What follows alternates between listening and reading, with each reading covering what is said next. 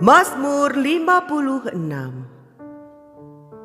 Kepercayaan kepada Allah dalam kesusahan.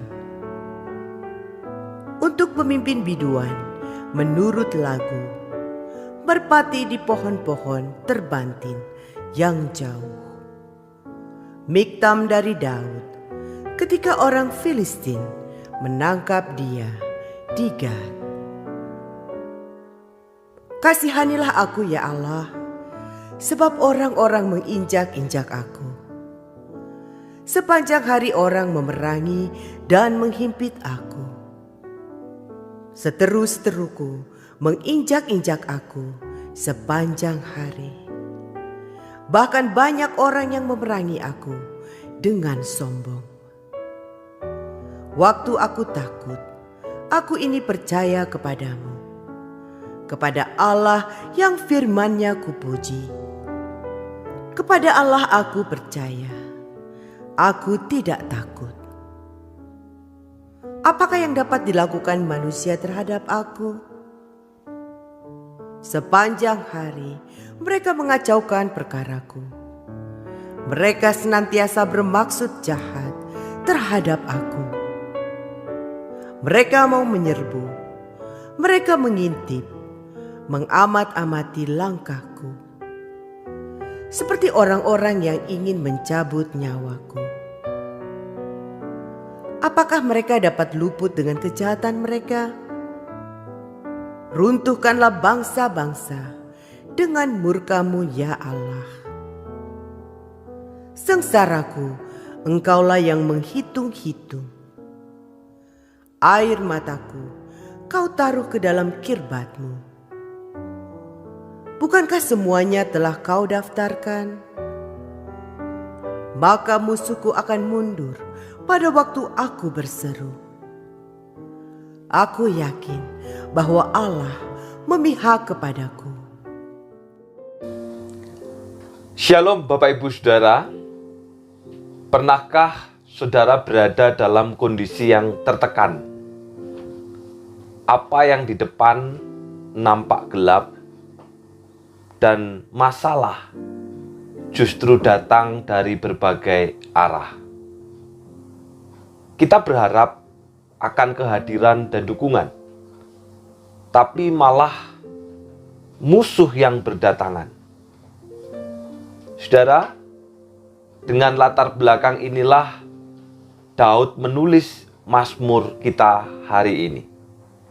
Daud saat itu sedang lari dikejar oleh Saul yang ingin menangkap dan membunuhnya.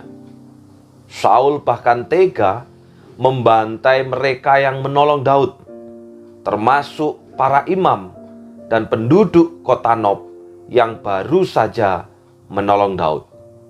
Tekanan semakin mengerikan, saudara, karena dalam perjalanan pelariannya, Daud memasuki kota Gat, kota orang Filistin. Kota yang diharapkan dapat memberikan perlindungan walau hanya sesaat. Karena logikanya, dengan masuk ke dalam kota Filistin, maka Saul tidak akan berani mengejarnya atau menemukannya. Namun saudara, kota ini justru bukannya menjadi tempat perlindungan. Sebaliknya, kota ini menjadi ancaman bagi Daud. Karena kota Gat adalah kota kelahiran Goliat, pahlawan Filistin yang baru dibunuhnya. Saudaraku, kondisi ini adalah situasi yang sangat sulit. Situasi yang terjepit. Ibarat lepas dari mulut singa masuk ke dalam mulut buaya. Bahkan dalam kondisi frustasi dan terpojok, seolah berulang kali Daud mengeluh kepada Tuhan karena kengerian dari musuh-musuhnya. Tetapi saudara, alih-alih Daud berputus asa, alih-alih Daud patah arang, alih-alih Daud tidak memiliki harapan, dalam ayat yang keempat, Daud justru berkata, waktu waktu aku takut, aku ini percaya kepadamu. Perhatikan saudara, dalam keadaan yang sulit, dalam keadaan yang terjepit, dalam keadaan yang tertekan, di mana seolah tidak ada jalan, Daud berkata, waktu aku takut, aku ini percaya kepadamu. Saudaraku, Alkitab mengingatkan bahwa mengandalkan pertolongan manusia adalah perbuatan yang sia-sia. Sebaliknya, mengandalkan pertolongan Allah adalah tindakan yang tepat dan benar. Mazmur yang dilatar belakangi kisah pelarian Daud ini memaparkan dan menunjukkan, saudara, bahwa seluruh pengalaman gelap yang dialami oleh kita karena tekanan dan ancaman memang dapat menimbulkan rasa takut dan cemas yang bertubi-tubi. Dalam ketidakberdayaan, kita bisa saja mendapat perlakuan yang tidak manusiawi dari sesama. Tapi saudara, satu-satunya pilihan bagi orang beriman, bagi orang benar adalah tetap percaya kepada Allah.